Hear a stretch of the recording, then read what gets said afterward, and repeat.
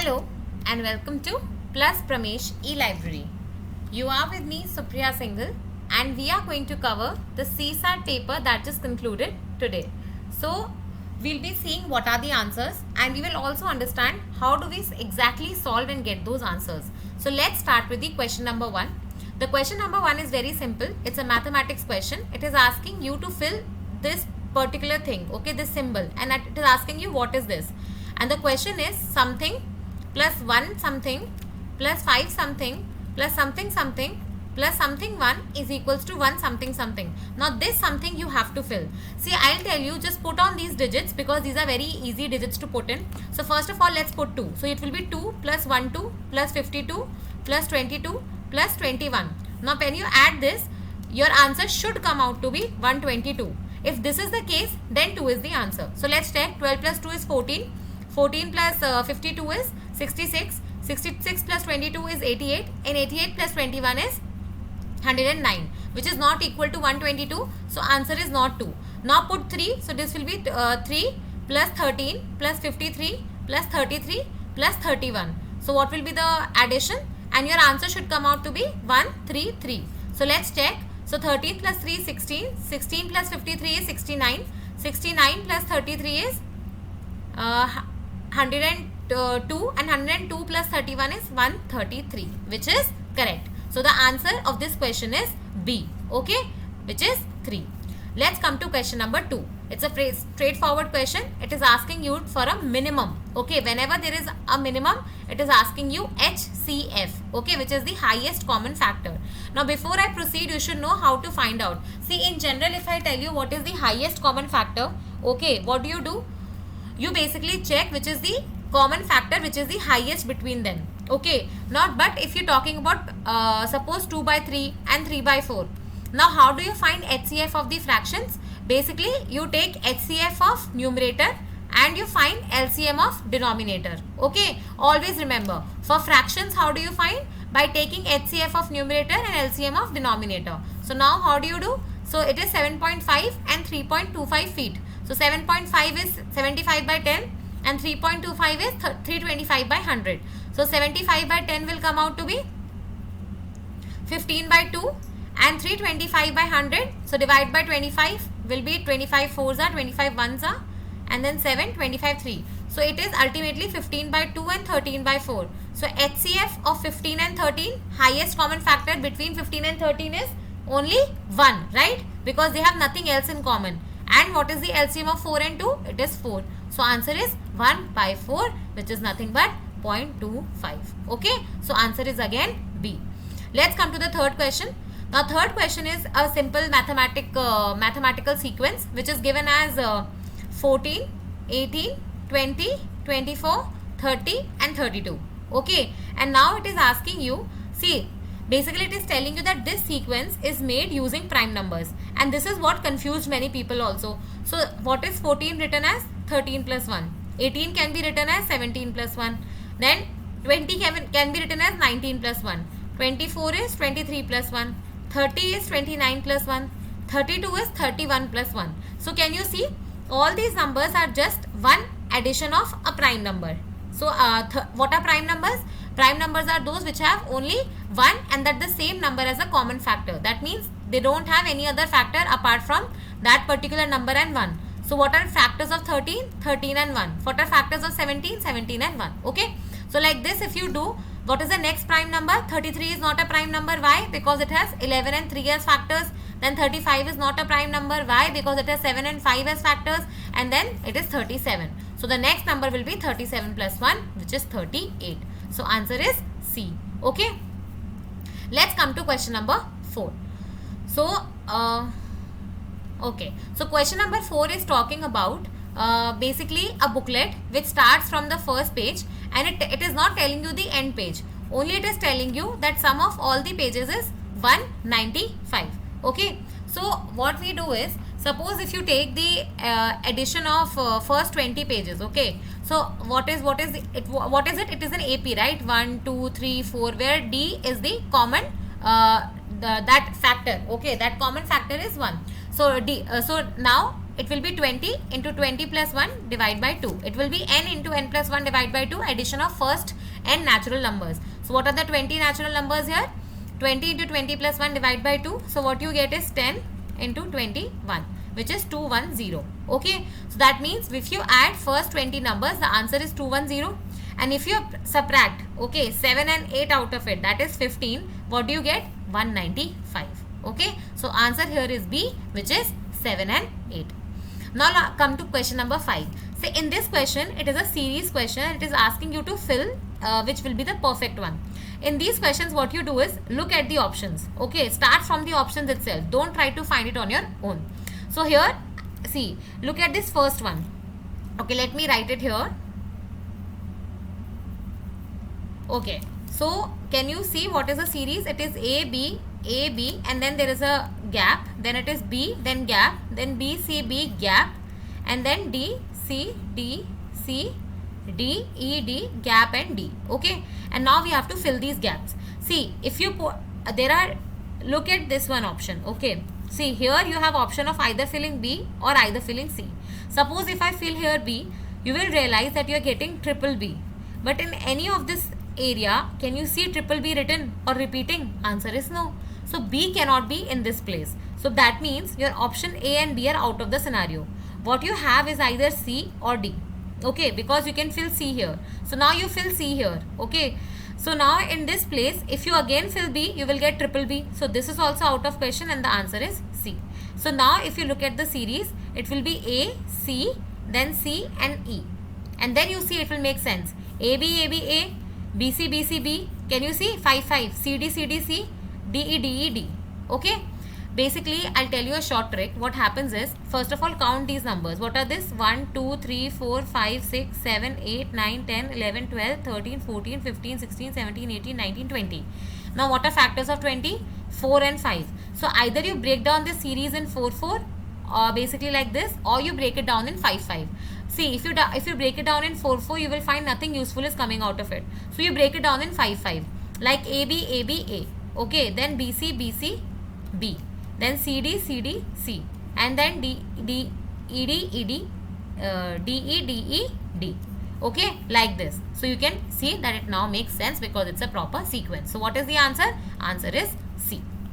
Let's come to question number 6. It's a pretty easy question, but a lot of people have left this question. See, it is telling you that A3BC. This is some 4-digit number like 4096 or something. And then DE2F. When you add these two numbers, the answer you are getting is 15902. Now, the important question, the important point to remember here is that you are getting something 15,902. Okay. So, now how do you get 15,000? See, 15,000, either you can do 10 plus 5, or you can do 9 plus 6, or you can do 8 plus 7, right? Or you can do something like 12 plus 3 or something, right? 11 plus 4. But the point is, these are 4-digit numbers, right? So, you can't do 10,000 plus 5,000 because then it will be a 5-digit number. So, this is out of question. These are out of question. Only two possibilities are either you have something like 9,000 something or 6,000 something, right? Or you can have A as 8,000 or 7,000 something, or you can have D as 8,000 or 7,000. Now, let's take the first case where suppose A is 9 and D is 6. Okay, I'm just filling in the numbers. So, A is 9 and D is 6. Right? So, now how do you get 2 in this place? Okay, and the important catch here is that all the digits are greater than 3. So, you can't say, ma'am, put 0 here and then 2 here. No, because all the digits individually are greater than 3. So, that means what? How do you get 2 here? Basically, by getting 12, where 1 will get carried on. Okay, so suppose what will I do? I can get 12 by having either 7 plus 5 or I can have 9 plus 3, right? But then the important point is that none of the digits are same. So, I can't have 9 and 3 or something like that. So, let's take any number. Suppose you take 8 plus 4. Okay, because 8 plus 4 is also 12. So, if you put 8 and 4 here, you will get 12. Then 1 carried on. And then you need a 0. That means you need a 10. So, how will you get 10? So, 2 plus 1 is 3. So, remaining is 7. So, this has to be 7. And then you get a 10 here. So, and then you have a 9 here. So, 3 plus 1 is 4. Remaining is 5. That means, so can you see my number comes out to be 9378 and 6524. Now this is my A, this is my D. And what is the question asking? What is the difference between the values of A and D? So that will be 9 minus 6, which will be 3. So answer is C of question number 6. Then you come to question number 7. So question number 7 is telling you that there is a book which has 51 pages, and it is telling you that each see these are S1 S2 statement types question. Okay, so S1 is telling you that there are not more than 2 figures on any page. That means there can be 0 figure, 1 figure or 2 figure on any of the pages. So there can be figures like something like this, or a triangle or a circle, something like that. But how many figures are there? Maximum 2. And statement 2 is telling you that there is at least 1 figure. So that means this possibility is out. Either you can have 1 figure or you can have 2 figure. So if you have 51 pages and if you have only 1 figure on each page, so that means you have 51 figures total. And if you have basically you have 2 figures on each page, then you have 102 figures total. And you can have anything in between. So your minimum is 51, maximum is 102. So now you have to find out what is correct with respect to the following statements. See, the point is, if you do not know any of these statements, you cannot tell whether the book will have more than 100 figures or not. So answer is A, where you need to know basically both the statements. Okay. Then question number 8. It is a mixed allegation kind of a question, but you can also solve it in a different way. Okay, by just calculating what is the see what is happening. Whenever you are calculating averages, no, you need to know what is the total number of people, so that you can divide the figure by same. Assume that number of girls in the class are G and number of boys in the class are B. These are the variables. Okay, so then you will find the average marks in English will be 9 into G plus 8 into B divided by G plus B is equal to 8.8. Correct? So this will be 9G plus 8B is equals to 8.8G plus 8.8B. So when you take it and subtract here, you get 0.2G.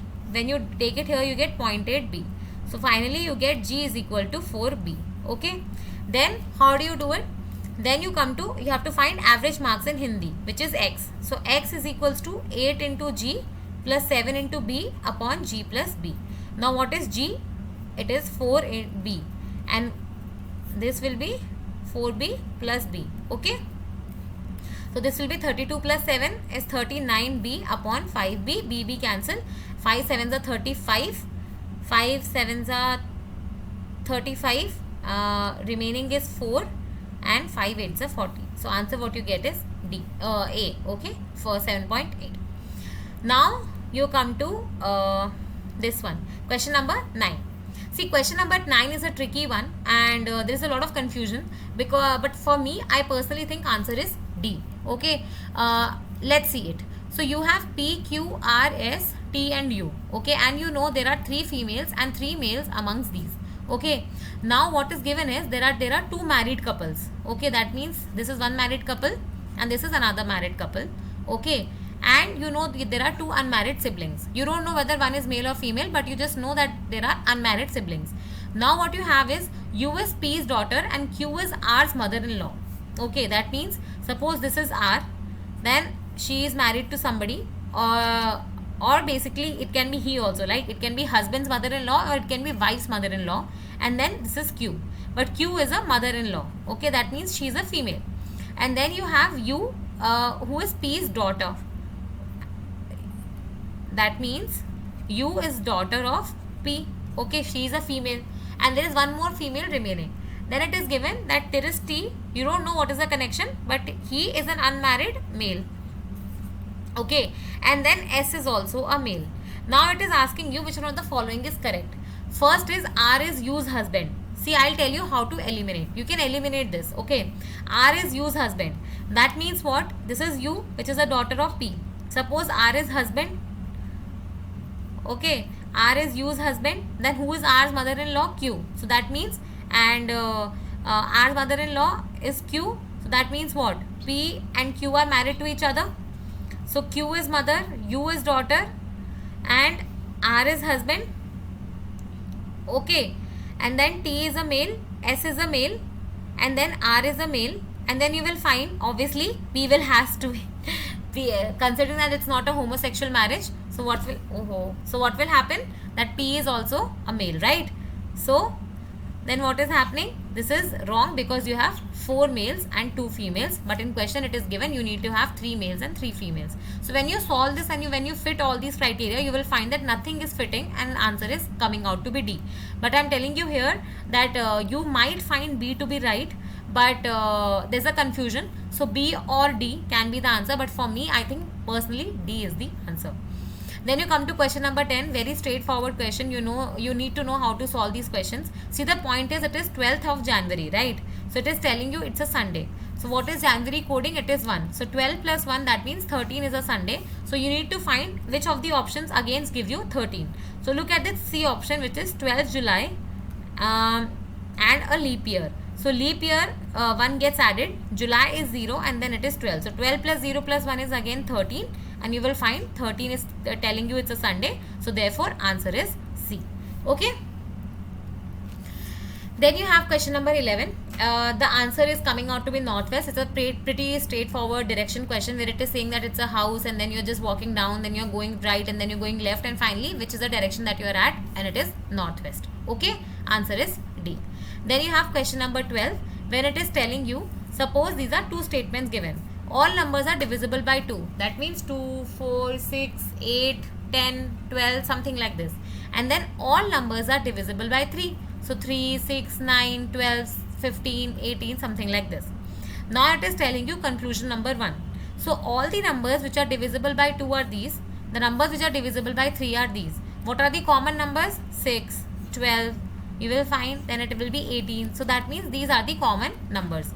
So these common numbers are what? This is a table of 6, right? So these common numbers are divisible by 6? Yes. But are these common number divisible by 4? No. Is 6 divisible by 4? Answer is no. So you only first statement is correct, or answer is A. Then you come to the question number 13. See, question number 13 is straightforward Venn diagram question. What it is telling you?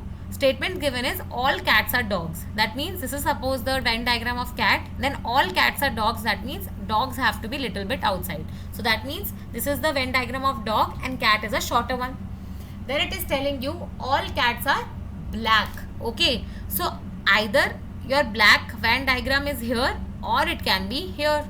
So either of these two possibilities, right? So now it is giving you two statements as conclusions, that all dogs are black and some dogs are not black. So basically the point is that you can have either of these two situations, but none of these like it is not what you can say, we cannot conclude which is the perfect situation. So the answer will be C. It will be neither conclusion 1 nor conclusion 2 because we cannot decide where to place this black circle. Okay, inside dog circle or outside dog circle. Now question number 14, pretty easy one. It is asking you how many odd numbers are followed by the odd number. First of all, mark the number of odd numbers. Odd numbers are what? Odd and even. So odd will be 1, 3, 5, 7, 9 and even will be 2, 4, 6, 8, 10. So 5, 1. So let us just mark 5, 1, 7, 3, 9, then 5, 7, then it will be 3, 1, 5. Oh, it will be 3, 1, 5. Then it will be 3, then 5, 5 and then you will have 3 and then you will have 9. And now it is telling you out of these numbers how many numbers are followed by an odd number. So obviously 5 followed by 1, so it will be 1. Then 7 followed by 3 is again 1. 3 followed by 9 is again 1. Then 5 followed by 7 is again 1. Then 3 followed by 1 is again 1. Then you have what? 1 followed by 5 is again 1. So can you see what is the answer here? See, the answer here will be B, which is 6. 1 plus 2, 3, 4, 5 and 6. Okay. So there are 6 numbers which are themselves odd and followed by an odd number. Answer is B, which is 6. Then you come to question number 15, which is also an easy one. So here the answer will be B, 41. See, here you just have to make a timeline like this and you have to start calculating from left hand and right hand. It is telling you that A 16th from the left hand. So you take 16 positions, go and then you mark A. Then it is telling you V is 18th from the right. So you don't know where is V. So you start from here and you end up V, and which is 18th from the right. Then it is telling you G is 11th from A. So you mark 11 places and you put basically G here, which is at 11th position. And then it is also given what is the distance between G and V. It's telling you towards the right end, it is telling you G is 11th from A towards the right end, okay, and then it is telling you and third from V towards the right end. So from here it is 3, and when you add all of them, what you get is your answer as 41. It's a pretty easy question, so I am not doing it. You can check it on your own as well. Then you have question number 16. Question number 16 is a little tricky but easy one. So statement 1 is telling you that C is younger than D. That means, so we will go from older to younger. So who is younger than D? C is younger than D. So let's write D here and then C here. But it is older than A and B. So C is older than A or B, but I don't know which one is younger. Then its statement 2 is telling you that D is the oldest. You don't know what is the order, but D is the oldest. And statement 3 is telling you A is older than B. Okay.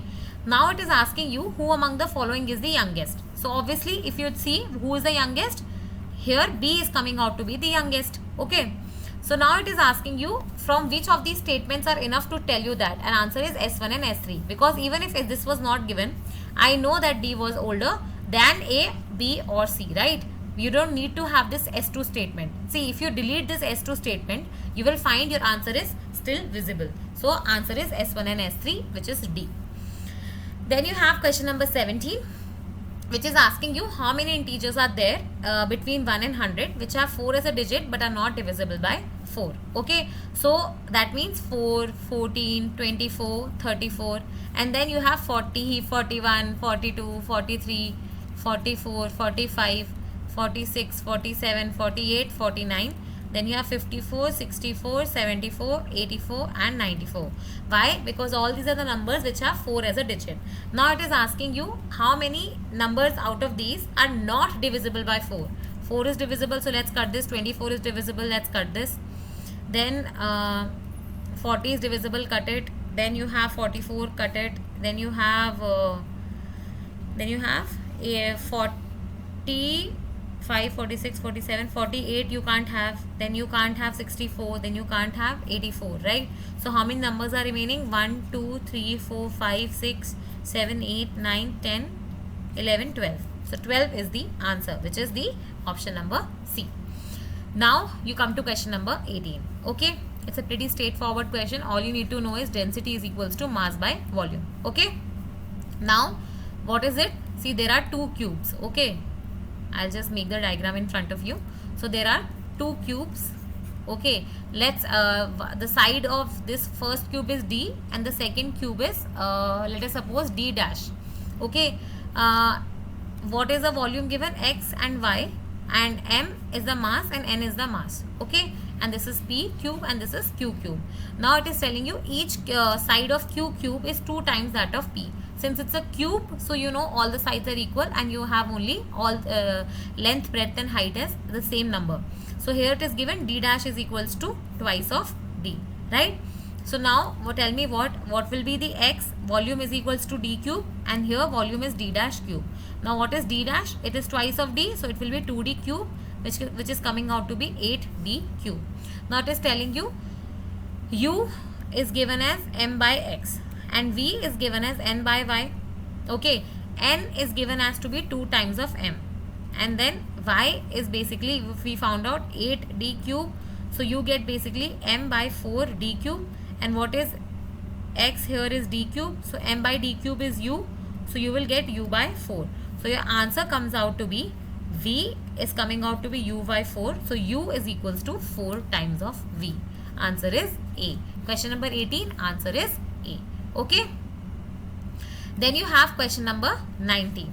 Okay. Pretty straightforward question. It is telling you, suppose there is a teacher and there are 3 students, x1, x2 and x3, and t is the age of teacher, x1, x2, x3 is the age of students. So it is telling you average age of a teacher and 3 students. That means if I add them and divide by 4, answer is coming out to be 20. Then it is telling you that the 3 students are of same age. That means x1 is equals to x2 is equals to x3 is equals to x. So you can write it as t plus 3x is equal to 20. Okay, and it is given that the difference between t and x is 20. So that means your t is 20 plus x. So you now substitute this t here. So you get 20 plus x plus 3x divided by 4 is 20. This is coming out to be 80. Now this is 4x, which is equals to 60, and x is coming out to be 15. Okay, but what is the teacher's age? 20 plus x, which is coming out to be 35. So answer is C. Okay, and then you come out to the question number 20. It is also pretty easy one. Question number, okay, I'll just mark the answers here so you don't get confused. Okay, and here question number 20 is asking you, it is simple profit and loss question. So it is giving you loss percentage is what? So cost price minus selling price upon cost price into 100, right? So 20 is equals to cost price we don't know, selling price we know is 3 lakhs, divide by cost price into 100. So I'm taking 100 this side, what I get is 0.2. So 0.2 is equals to cost price minus 3 lakh upon cost price. So here you will take cost price. So when you subtract, basically what you get is this equation, and then you basically solve it. You get 3 lakh is equals to 0.8 CP, and CP will be 3 lakh divided by 0.8, which is nothing but 8 by 10. Okay, so when you divide it, you will find your answer is coming out to be 3,75,000. Just this number. That means 3 into 10 to the power 6 divided by 8 should give you this 3,75,000. So what is the answer of question number 20? Answer is D. Then you come to passage type questions. The passages of this year were very, I would say, a little simpler than the last year. So let's look at the first passage.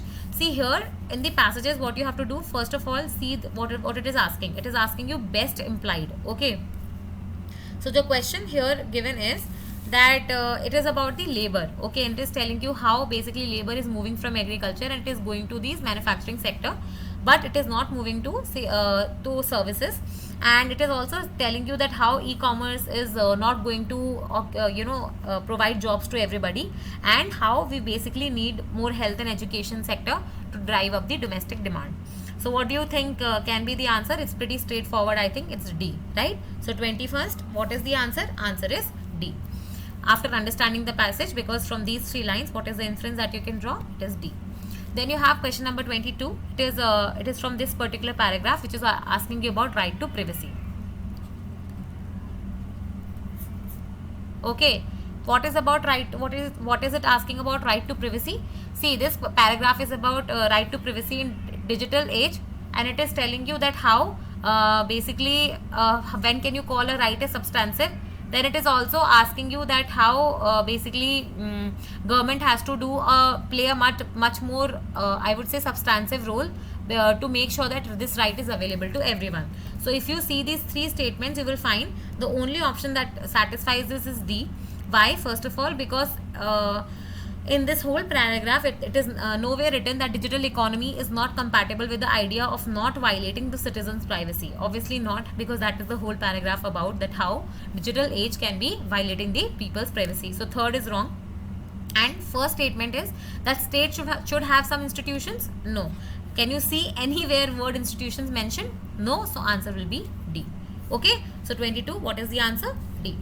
Then you come to question number 23, and it is about water and wetlands, where it is telling you that how water is coming from the wetlands, but then we see water as a different entity and wetland as a different entity. It is telling you how that basically water is used as a resource, but how basically public policy is not capturing its effective value. Then it is also talking about how the engineering water systems basically are only working to increase the supply but not strengthening the ecosystem capacity. So what is the inference that you can draw? I think it's pretty simple, that this one, right? Wetlands need to be enforced as more than just open sources of water, because that is what it is telling you. Wetlands are not just for giving you supply of water. You need to have a better engineering system to ensure that they are comprehensive. So what is the answer? C. Then you have a paragraph for question number 24. And this paragraph is about the asset allocation. It is about the risks, and it is about basically the returns that you are getting. It is telling you how basically you need to be risky. And see, in this paragraph, many of the people have marked A as the answer, and others have marked B as the answer. See, I think personally B should be the answer, because this paragraph is all about risk taking. So if you read from here also, you will find asset allocation is the most important investment decision we will ever make. And then from here you see, we tend to think of investing in risky assets as extremely volatile and value eroding, and then we dislike basically these returns and losses that we might get out of these risky assets. And there is no asset that is risk free. So what is the author trying to tell you? It is telling you that there is no asset that is risk free, so ultimately you need to have a risk taking behavior. So I think personally it should be B, but if you have written answer A, then I think there is a little confusion here, and we will only know what UPSC will be taking. But for me, I think answer would be B. So with this, we will end this particular first part of the paper, and we will be coming out with the GS analysis, and we will be giving you exactly the books also from where the questions have been asked, and it will be provided in both Hindi and English. Similarly, CSAT paper discussion will also be done in Hindi as well tomorrow.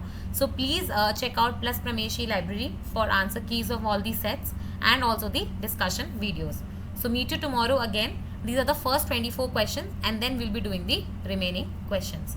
Thank you.